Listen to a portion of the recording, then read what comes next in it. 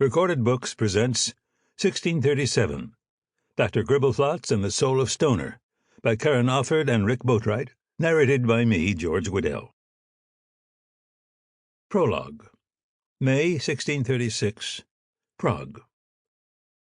Dr. Phillip Theophrastus Gribbleflotz stood back while his patron, King Wenceslas V Adalbertus, formerly known as Albrecht Wenzel Eusebius von Wallenstein, was helped back into his bed by his valet. "Enough!" the king roared, waving away the man who was trying to drape a blanket over his shoulders. He looked pointedly at the cloth-covered item on the three-legged easel a couple of servants had carried into the room when Philip arrived. "What do you have to show me?" he demanded. Philip allowed himself a quick smile of satisfaction as he gazed at the cloth-covered item.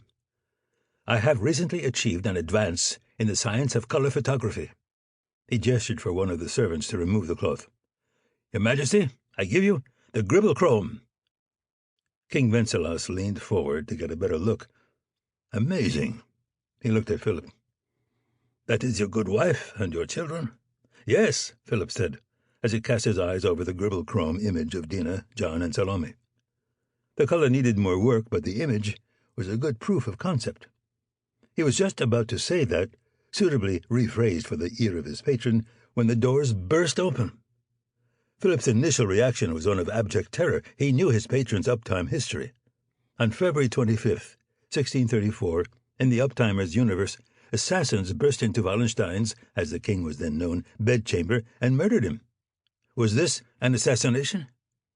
Terror turned to relief when Philip spotted the massive turban with its equally enormous gemstone brooch worn by the great Dr. Thomas Stone. It was not assassins after all. With his heart rate returning to normal, Philip allowed himself to be distracted by the costume Dr. Stone was wearing. How was it possible that the man responsible for some of the great colors that he personally wore would wear something so drab as a black turban, even if it did sport silver threads? "Thanks be to the Lord Jesus," Dr. Stone bellowed. "I am here in time. Gupta, the Violet Ray, this is an emergency." They should have made for the king. This was, after all, the king's chamber, but they did not. Instead, both made for Philip. His heart rate started to spike again. "Doctor, God save us!" Dr. Stone shouted. Dr. Stone started spraying Philip with something from a bottle. There was renewed panic as Philip put up his hands to protect his finery. "Your chakras," Dr. Stone said, "are fluctuating so dangerously that we felt the effects in the antechambers." Philip swallowed. That comment, plus the obvious urgency in Dr. Stone's manner, scared him. He was distracted when Dr. Stone's companion, Gupta Rai Singh, shone a light into his eyes. Off to his right, Philip could hear Dr. Stone saying something to the king as he waved something over Philip's torso, but he could not follow what was being said. There was something about his Mishawaka being drained and his Sheboygan being enlarged.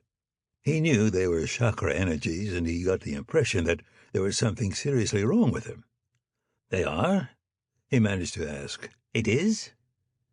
"When you drink wine at dinner, do you sometimes feel dizzy when you rise, Sahib?" Gupta asked in mangled German. "Do you find yourself waking in the night with a terrible need to relieve yourself? Do you find yourself stumbling over nothing? Do you sometimes forget a word or a name that you know as well as your own?" Philip paled as he wondered what was wrong with him. He could tell from the way Gupta Rai Singh was looking at him that it had to be bad. He shot a glance at the Gribblechrome of Dina and the children. Could this be the last time his eyes set upon them? Gupta thrust a hand at Philip's belly, and it started flashing, as if it had a light inside the hand that was flashing. "Sahib, Dr. Thomas," he screamed. "The Mishawaka! There is no time. I must operate."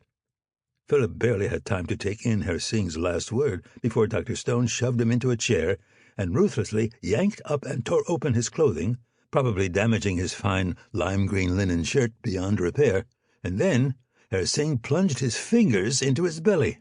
Philip stared at the hand that was digging around inside his body, and then Herr Singh pulled out something bloody and sticky. Herr Singh opened his hand to reveal a mass of what looked like bloody hair and things best left unidentified.